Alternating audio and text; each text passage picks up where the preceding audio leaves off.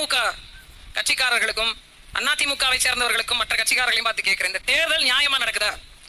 விக்கிரவாண்டியில் நடைபெறக்கூடிய இந்த தேர்தலுக்கான பரப்புரை உண்மையிலேயே நேர்மையாகவும் நியாயமாகவும் தான் நடந்து கொண்டிருக்கா? அறிவார்ந்த சொந்தங்கள், நீங்கள் புரிந்து கொள்ளுங்க. நீங்க தொடர்ந்து பார்த்து கொண்டே இருக்கிறீங்க. மக்களை பார்த்து வாக்கு கேட்டு அதன் மூலமாக நலத்திட்டங்களை எல்லாம் சொல்லி நாங்க வந்தா என்ன செய்வோம் அப்படின்னு பேசக்கூடிய ஒரு சூழல்ல தானே தேர்தல் இருக்கணும். நாங்க யாரை பார்த்து பேசுறது? எங்க ஆட்கள் இருக்காங்க? வீடுகள்ல இருக்கீங்களா? வயல்வெளிகள்ல இருக்கீங்களா? கடைகள்ல இருக்கிறீங்களா? கடை தெருக்கள்ல இருக்கிறீங்களா? எங்கேயும் இல்ல. திமுக காரர்களின் பட்டியல போய்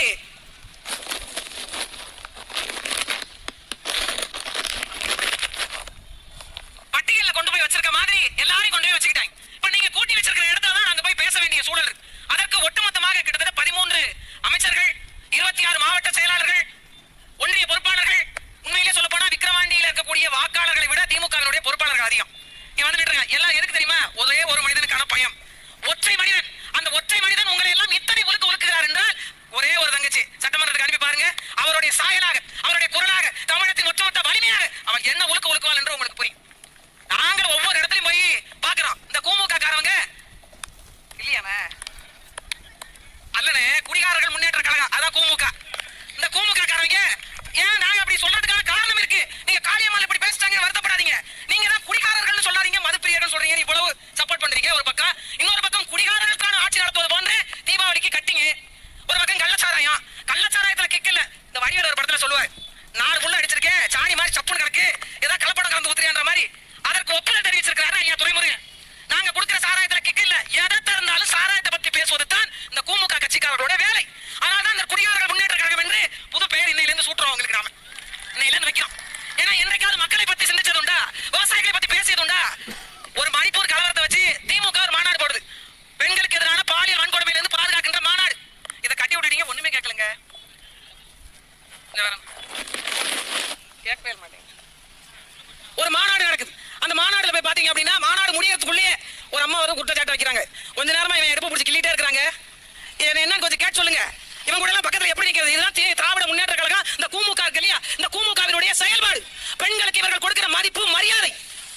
ஒரு இடத்துல போய் பேச போற அப்படின்னா திராணி இருந்தா நீ பேசு. உனக்கு தான் பேச ஆள் இல்ல, அது வேற விடு. நீ தான் சிரிச்சு வந்தா சீனா தானு மேடையில பாட்டை போட்டு டான்ஸ் ஆட வைக்கிற குரூப்பா மாறிட்ட. கருத்தியல் இல்ல, வெறுமனே காசை வைத்துக் கொண்டு ஒரு அரசியல். இந்த அரசியலுக்கு வாக்கு செலுத்த மக்கள் தயாராயிட்டோம். அதுல உண்மையிலேயே இங்க இருக்கக்கூடிய பெண்களின் நிலைமை பார்த்தா வருத்தமா இருக்கு.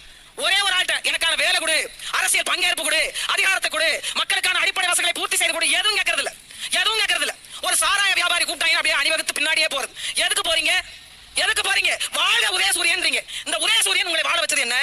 ஐயா ஸ்டாலின் குடும்பம் எங்க இருக்கு? உங்க குடும்பம் எங்க இருக்கு? எங்க இருக்கு? எது ஒன்றையாவது சிந்திச்சிருக்கோமா? பெண்களுக்கு எதிரான பாலியல் வன்கொடுமைகள் இந்த மண்ணில் குறைஞ்சிருக்கா? குடியினால் ஏற்பட்ட குடும்ப வன்முறைகள் குறைஞ்சிருக்கா? அடிப்படை வசதிகளான சாலை சரி செய்யப்பட்டு கொடுத்திருக்கா? குடிநீர் வந்திருக்கா? என்ன கிடைச்சிருக்கு நமக்கு? எதற்காக இவர்களுக்கு வாக்கு செலுத்தணும்? 3 ஆண்டு காலம் மரியாதைக்குரிய ஐயா புகழேந்தி அவர்கள் விக்கிரவாண்டி மண்ணில் என்ன பாலாறும் தேனாரும் ஓட விட்டாரா? கடன் இல்லாத வாழ்க்கை வாழ விட்டாரா? என்ன நடந்துருச்சு? என்ன மாற்றம் வந்துருச்சு? மீண்டும் 2 ஆண்டு காலம் இவர்களுக்கு வாக்கு. ஒரு முறை சிந்திச்சு வாக்கு செலுத்துங்க. நாங்க என்ன கேட்கிறோம்? நான் ஓட்டுக்கு பணம் தர மாட்டேன், உனக்கு வேலை செய்ய நான் தயாரா இருக்கேன். இவ்வளவுதான் நாங்க சொல்றோம். மக்கள் வரி பணம் மக்களுக்கே செலவு செய்யப்படும். எங்களுக்கு தனித்தனியா வேண்டாங்க, மொத்தமா கொடுத்துருங்க. இந்த 10 நாள் வாங்கிடலான்னு பாக்குறீங்க. இந்த 10 நாள் கொடுக்கின்ற காசு உங்கள் பிள்ளைகளுடைய கல்வியை தரத்தை மேம்படுத்திடுமா? மருத்துவத்தை மேம்படுத்திடுமா? எதை தந்துவிடும்? 4 தெருவுக்கு இருக்கிற டாஸ்மார்க்க இன்னும் 5 தெருக்களாக கூட்டும். அதை தவிர இவர்கள்ட்ட இருக்கிற திட்டம் என்ன? பெண்களுக்கு 1000 ரூபாய். இந்த 1000 ரூபாய் ஒரு நாளைக்கு 33 ரூபாய் வருதுங்க. இந்த 33 ரூபாய் வச்சு ஐயா ஸ்டாலினுடைய மனைவி குடும்பம் நடத்திடுவாரா? இது சோசியல் செக்யூரிட்டி ஸ்கீம், சமூக மேம்பாட்டு திட்டம் என்று பேசுறாங்க. எது சமூக மேம்பாடு? என்னை போன்ற ஒரு சாமானிய குடும்பத்து பிள்ளை, ஒரு கடைகோடியில் பிறந்த பிள்ளை, அரசியல் அதிகாரமற்ற பிள்ளை, ஏதிரிகளாக கிடந்த பிள்ளை கொண்டு வந்து இந்த இடத்துல நிப்பாட்டி வச்சிருக்காங்க எங்க அண்ணன். அது சமூக நீதி, அது சோசியல் செக்யூரிட்டி, அது சமூக மேம்பாடு. இன்னைக்கும் இலங்கை கடற்படையால கைது செய்யப்பட்டு 26 பேர் இப்ப 4-5 நாளைக்கு முன்னாடி சிறையில் அடைக்கப்பட்டிருக்காங்க. பேசுவதற்கு ஒரு நாதி, பேசுவதற்கு நாம் தமிழர் கட்சி எங்கள் அண்ணன் செந்தமிழன் சீமானை விட்டா ஒரு வருத்தம் தெரிவிச்சு ஒரு அறிக்கை விட்டார் ஐயா ஸ்டாலின். ஒரு அறிக்கை. சிபிசிஎல் நிறுவனத்துக்கு எதிரான போராட்டம் நாம் தமிழர் கட்சி. பரந்தூர் விமான நிலையத்தில் நிலம் எடுக்கிறாங்க போராட்டம் நாம் தமிழர் கட்சி. நெய்வேலி நிலம் எடுக்கிறாங்க போராட்டம் நாம் தமிழர் கட்சி. கடைகளை அகற்றாங்க போராட்டம் நாம் தமிழர் கட்சி. கடற்கரை அபகரிக்கிறாங்க போராட்டம் நாம் தமிழர் கட்சி. மகளிருக்கு கொடுமை நாம் தமிழர் கட்சி. எல்லாவற்றிற்கும் நாம் தமிழர் கட்சி போராட வந்து நிக்குது. போராடாத ஒரு வாழ்க்கை தரவங்க, ஒரே ஒரு அரசியல் அதிகாரத்தை தாங்கன்னு கேட்கிறோம். இதை கொடுப்பதில் உங்களுக்கு என்ன பிரச்சனை? 1000 ரூபாய் வாங்கி தான் ஓட்டு போட்டீங்க. என்ன மாறிடுச்சு வாழ்க்கை? 1000 ரூபாய் இருந்தா என்ன செஞ்சிடும்? 500 ரூபாய்க்கு ஒரு புடவை எடுக்கிறோம், 1000 ரூபாய்க்கு ஒரு புடவை எடுக்கிறோம், ஒரு தடவை துவைச்சா சாயம் போயிடுது. அவ்வளவுதானே 5 ஆண்டு கால வாழ்க்கை? அவ்வளவுதானே அரசியல் அதிகாரம்? அவ்வளவுதானே உங்களுக்கான பங்கேற்பு? நீங்க யார் என்றாலும் புரிந்து கொள்ளுங்க. நீங்க பேசுறீங்க இந்த பகுதியில சாதிய உணர்வுகள் அதிகம். ஒரு விபத்து ஏற்பட்டுச்சு, ஒரு மருத்துவமனைக்கு போறீங்க. நான் படையாச்சி, எனக்கு படையாச்சி ரத்தம் தான் வேணும் கேட்டதும் தானாமே. அது என்ன அவசரம் வந்துட்டா மட்டும் எந்த ரத்தமா இருந்தாலும் கொடுங்கறீங்க? அப்ப கலப்பு ஏற்படாதா? அப்ப சாதி தெரியாதா? நமது மதம் தெரியாதா? ஏன்? மனிதனுடைய தேவைக்கு இவை எவையுமே தேவையில்லை, அவ்வளவுதானே. அதைத்தான் நாங்க சொல்றோம். அரசியல் என்பது மனிதனுடைய தேவை. அதனால்தான் சாதியை கடந்து வாங்க, தமிழராக ஒரு கூட இங்கே நில்லுங்க என்று பேசுறோம். சின்ன சின்ன பிள்ளைகளுக்கெல்லாம் ஒரு டிஷர்ட்டை மாட்டி விடுறாங்க. நான் அவன் வெறியன், நீ இவன் வெறியன். நீ தமிழனுக்கு வெறியனாயிரு முதல்ல, நீ தமிழனாயிரு முதல்ல. வரும்போது பாக்குற ஒரு வண்டியில சிஎஸ்கே வெறியன் எழுதிருக்கு. ஆமாண்ணே, உண்மையாவே சிஎஸ்கே வெறியன். எதில் வெறி கொண்டு நிக்கணும் நீங்க? உன் இனம் அழிகிறது, உன் மொழி அழிகிறது, உன் அரசியல் அதிகாரம் பறிவாகிறது. நீங்க என்ன சாதி பார்த்து ஓட்டு போட்டுறீங்களா? நான் பறையருக்கு ஓட்டு போட மாட்டேன், வன்னியருக்கு ஓட்டு போட மாட்டேன், பறையர். நான் செட்டியாருக்கு ஓட்டு போட மாட்டேன், முதலியார்.